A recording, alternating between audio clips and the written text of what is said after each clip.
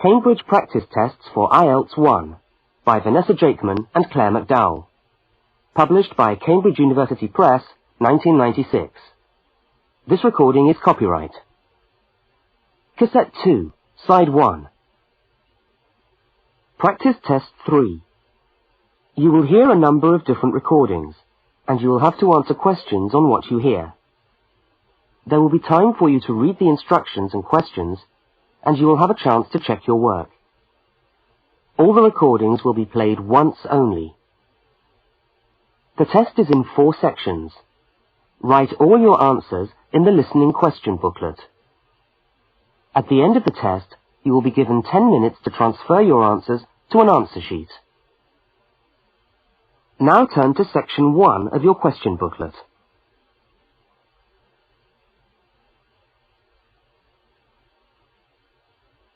Section 1. You will hear a student inquiring about parking facilities. First, look at questions 1 to 4. For each of the questions, 4 alternatives are given. Decide which of the alternatives, A, B, C, or D, best fits what you hear on the tape, and circle the appropriate letter.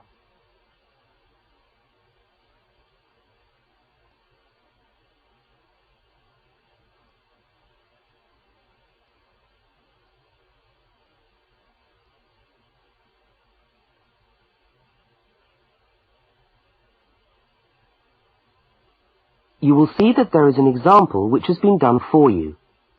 On this occasion only, the conversation relating to the example will be played first.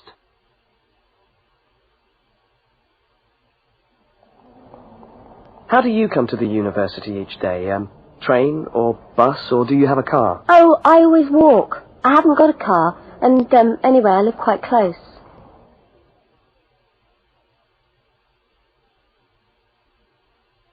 The woman says she always walks, so C has been circled. Now we shall begin.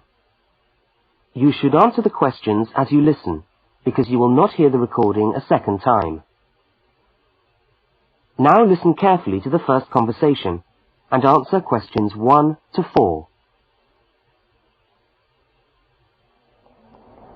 How do you come to the university each day? Train or bus, or do you have a car? Oh, I always walk. I haven't got a car, and anyway, I live quite close. Do you know anything about parking rights on the campus? I was wondering whether students are allowed to park their cars on campus or not. Yes. I think it's possible for postgraduate students, but not for undergraduate students. That doesn't seem very fair. No, I suppose not. But simply isn't enough room on the campus for everyone to park. Do you need a parking permit? Yeah, I believe you do. Where do I get that from? I think you can get a parking sticker from the administration office. Where's that? It's in the building called Block G, right next to Block E. Block G? Yeah. Oh, right. And what happens to you if you don't buy a sticker? Do they clamp your wheels or give you a fine? No, I think they tow your car away. Oh, really? Yeah. And then they fine you as well, because you have to pay to get the car back. I'd better get the sticker then. Yeah. Where exactly is the administration office again? I'm new to this university and I'm still trying to find my way around. Right. You go along Library Road, past the tennis courts on your left and the swimming pool on your right. Yeah. And the administration office is opposite the car park on the left. You can't miss it. So it's up Library Road, past the swimming pool, opposite the car park. Right, I'll go straight over there. Bye, and thanks for the help.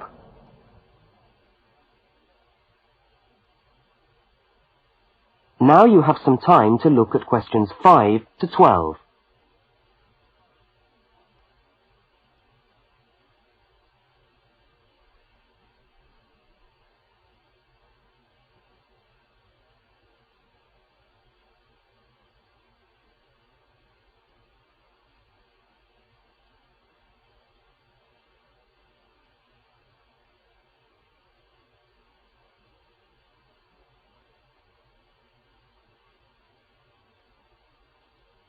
As you listen to the next conversation, complete the application form in the spaces numbered 5 to 10 and answer the questions numbered 11 to 12.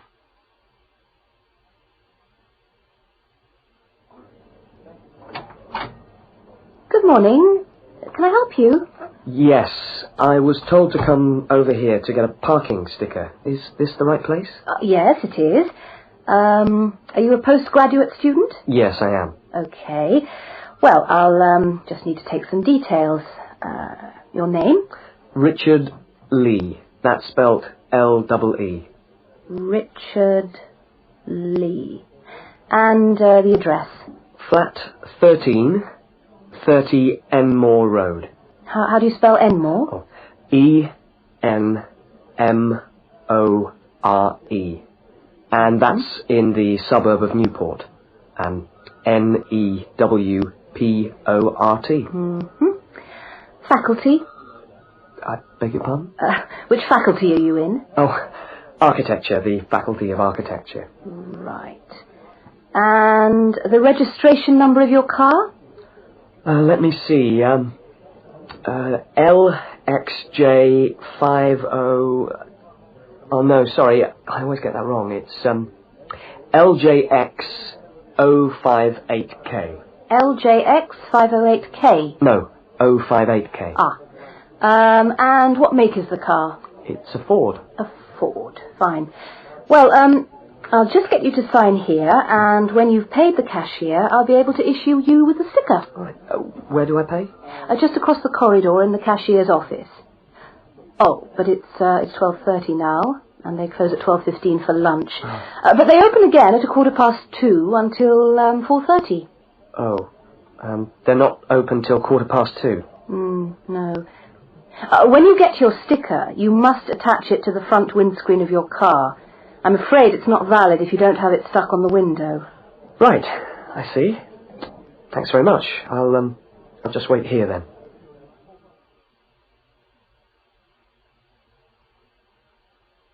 That is the end of section 1. You now have half a minute to check your answers.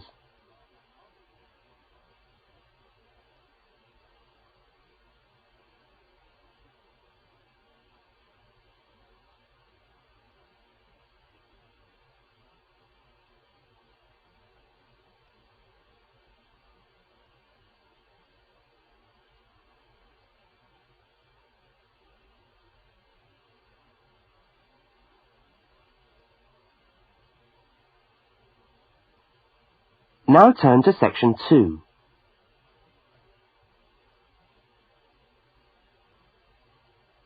Section 2. You will hear a talk given by a guide showing a group of people round a museum. First, you have some time to look at questions 13 to 18.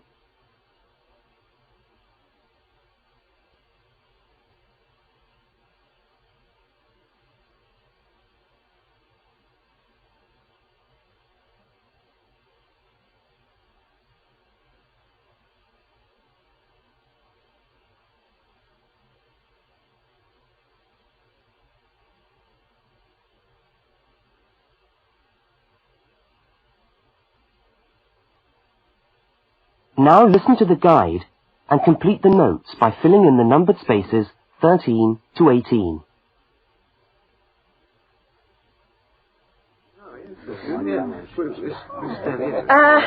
Good morning, everyone, and welcome to the Maritime Museum. Now, before we commence our tour, I'd just like to tell you a little bit about the history of the museum. As you can see, it's a very modern building, built in the postmodern style, and it was in fact opened by the Prime Minister of Australia in November 1991. It's been designed with a nautical flavour in mind, to remind us of our links with the sea. But the museum isn't only housed in this building. There are a number of historic ships docked outside in the harbour which form part of the museum, and which you are also free to visit. And we'll be coming to them shortly. I'd just like to point out one or two things of general interest while we're here.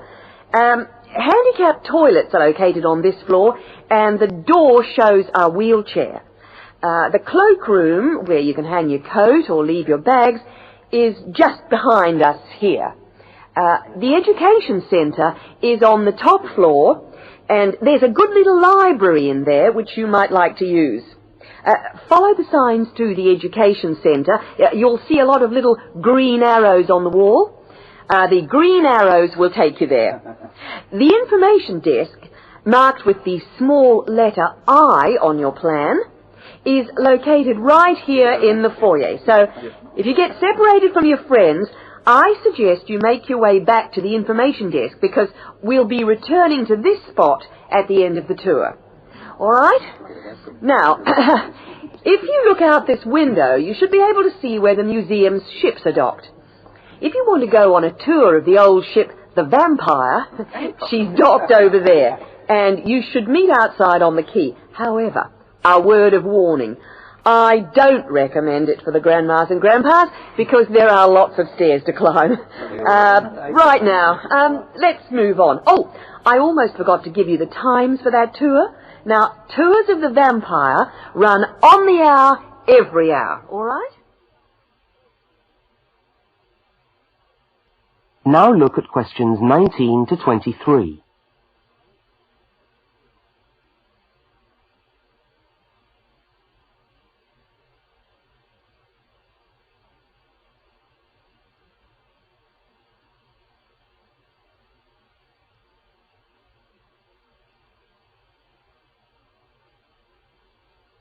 As you listen to the rest of the talk, complete the notes in the numbered spaces 19 to 23.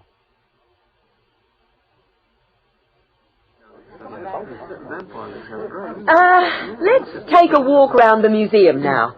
The first room we're coming to is the theatre. This room is used to screen videos of special interest, and we also use it for lectures. There's a continuous video showing today about the voyages of Captain Cook, so come back here later on if you want to learn more about Captain Cook. Now, we're moving along the gallery known as the Leisure Gallery. This is one of our permanent exhibitions, and here we try to give you an idea of the many different ways in which Australians have enjoyed their time by the sea. Surfing, swimming, life-saving clubs, that's all very much a part of Australian culture. At the end of this section, we'll come to the picture gallery, where we've got a marvellous collection of paintings, all by Australian artists. I think you can buy reproductions of some of these paintings in the museum shop. They're well worth a good look. Now, we're coming to the Members' Lounge. Now, as a member of the museum, you would be entitled to use the Members' Lounge for refreshments. Membership costs $50 a year or $70 for all the family. So it's quite good value because entry to the museum is then free. And down at the far end of this floor, you'll find the section which we've called Passengers and the Sea. In this part of the museum, we've gathered together a wonderful collection of souvenirs from the old days when people travelled by ship. You'll find all sorts of things there. Old suitcases, ship's crockery, first-class cabins decorated in the fashion of the day. Just imagine what it must have been like to travel first class. Now, I'm going to leave you to walk around the museum on your own for a while, and we'll all meet back again at the information desk in 3/4 of an hour's time. I hope you enjoy your time with us at the museum today. Thank you.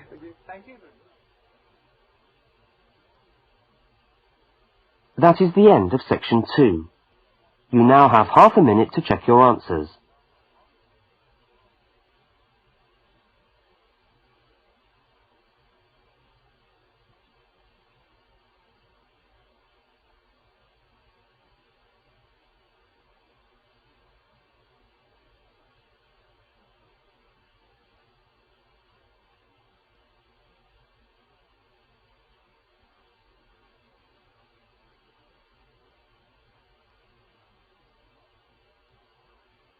Now turn to section 3.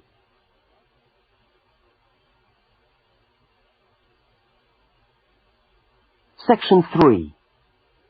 In this section, you will hear a university student, Mark, talking to a tutor and another student about a topic he has studied. Now look at questions 24 to 32.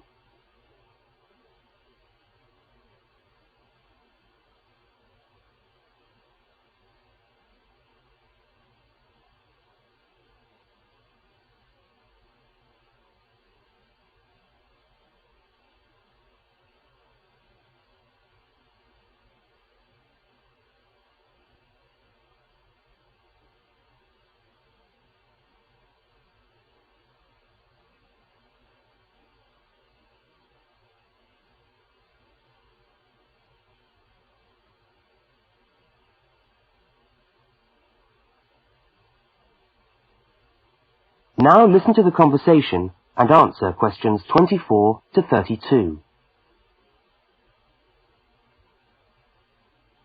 Okay, everybody. Good morning. Good morning. It's Mark's turn to talk to us today, so Mark, I'll ask you to get straight down to business. All right. Now, following on from what we were discussing last week in Susan's tutorial on approaches to marketing, you were going to give us a quick rundown on a new strategy for pricing, which is now being used by many large companies, known as revenue management, before we go on to your actual tutorial paper on sales targets. Is that correct? Yeah, okay, well... So, what exactly is revenue management? Well, it's a way of managing your pricing by treating things like airline tickets and hotel rooms rather more as if they were perishable goods. Yeah, I just tried to book a ticket yesterday for Perth, and would you believe there are 3 different prices for the flight? Right, and what was the rationale for that? Well, the travel agent said it depended on when you book and the length of the stay. Like, it's cheap if you stay away for a Saturday night, presumably because this isn't business travel, and even cheaper if you buy a ticket where you can't get a refund if you have to cancel. In that case, the ticket costs about half the price.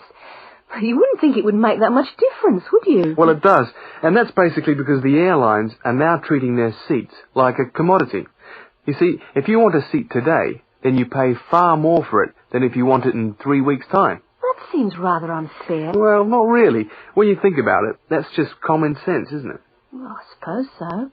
What this actually means is that in the same row of seats on the same flight, you could have 3 people who have all paid a different price for their tickets. And is this just happening in Australia? No, it's the same all over the world. Airlines are able to market a seat as a perishable product with different values at different stages of its life. Well, like mangoes or apples at the market. Yeah, it's exactly like that. The fact is that the companies are not actually interested in selling you a cheap flight. They're interested in selling the seats and flying airplanes that are full. Mark, why do you think revenue management has come about? Well, as far as I can see, there are 2 basic reasons. Firstly, because the law has been changed to allow the companies to do this. You see, in the past, they didn't have the right to keep changing the prices of the tickets. And secondly, we now have very powerful computer programs to do the calculations, and so the prices can be changed at a moment's notice. So you mean 10 minutes could be critical when you're buying a plane ticket? Absolutely. That's right. Yeah. And I understand we've almost reached the stage where these computer programs that the airlines are using will eventually be available to consumers to find the best deals for their travel plans from their home computer. Heavens, what a thought. So the travel agent could easily become a thing of the past if you could book your airline tickets from home. Yeah. Are there any other industries using this system, or is it restricted to the airline business? No, many of the big hotel groups are doing it now. That's why the price of a bed in a hotel can also vary so much, depending on when and where you book it. It's all a bit of a gamble, really. Yeah, and hire car companies are also using revenue management to set their tariffs, because they're also dealing with a commodity, if you like. So the cost of hiring a car will depend on demand. Well, thank you, Mark, for that overview. That No was trouble. well researched. Now, let's get on with your main topic for today. That is the end of section 3. You now have half a minute to check your answers.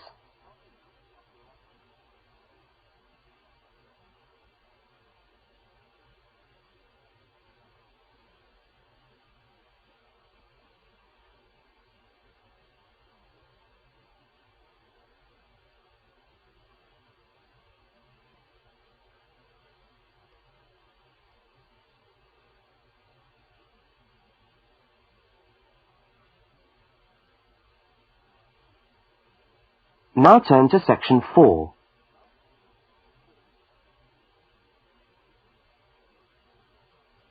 Section 4. You are going to hear a short talk on space management in supermarkets. First, you have some time to look at questions 33 to 37.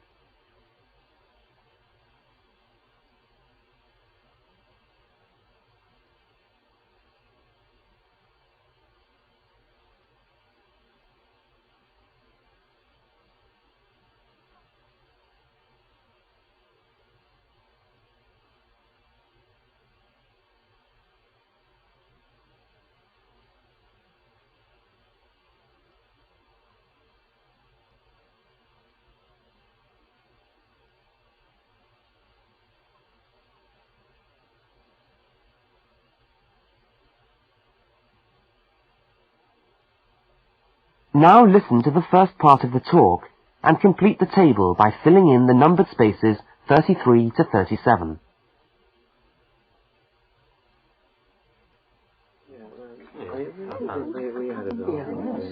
Good morning. Welcome to this talk on space management.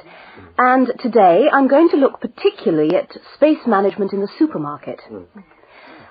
Now, since the time supermarkets began, marketing consultants like us have been gathering information about customers' shopping habits. To date, various research methods have been used to help promote the sales of supermarket products. There is, for example, the simple and direct questionnaire, which provides information from customers about their views on displays and products, and then helps retailers make decisions about what to put where.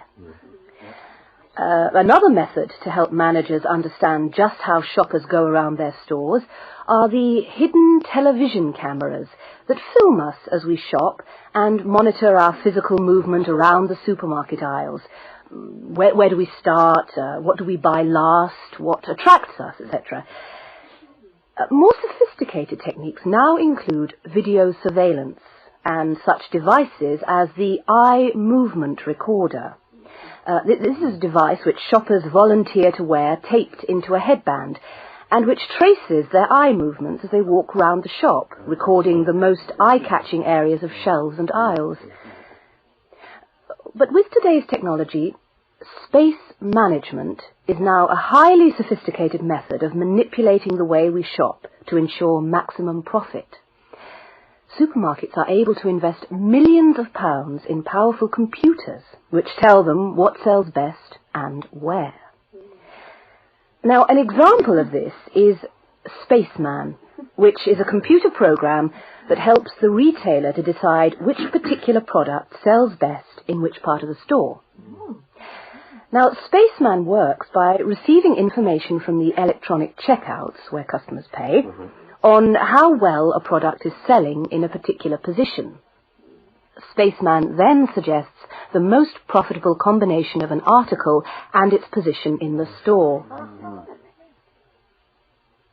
Now you have some time to look at questions 38 to 42.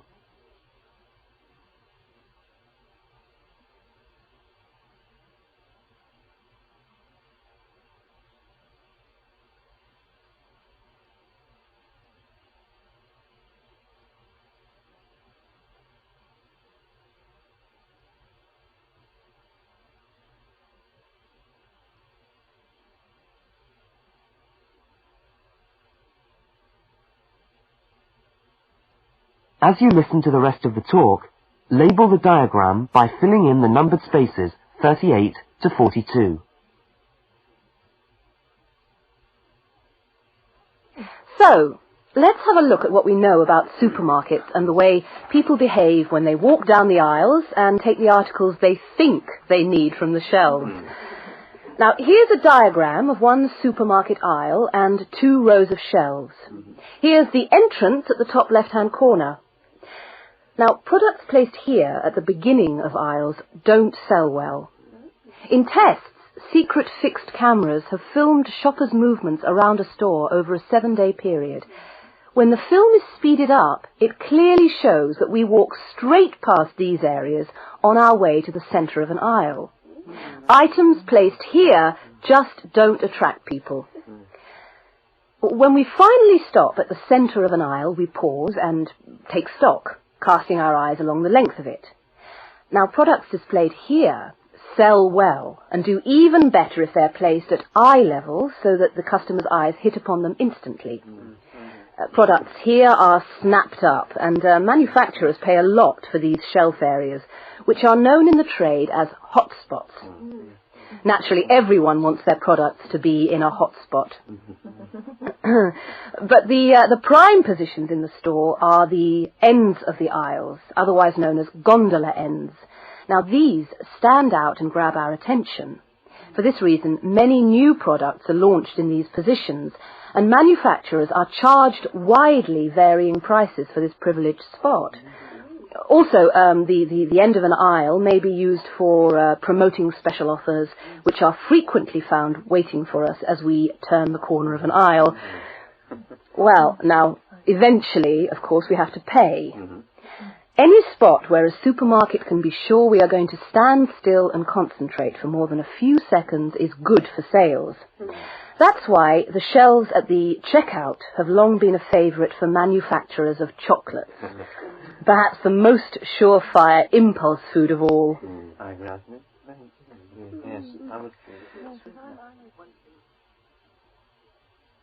That is the end of section 4.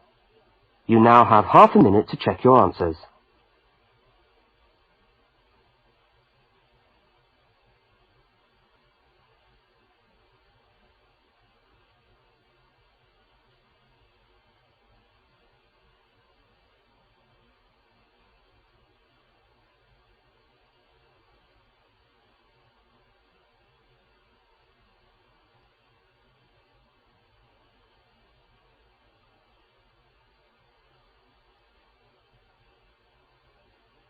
That is the end of the listening test. You now have 10 minutes to transfer your answers to the listening answer sheet.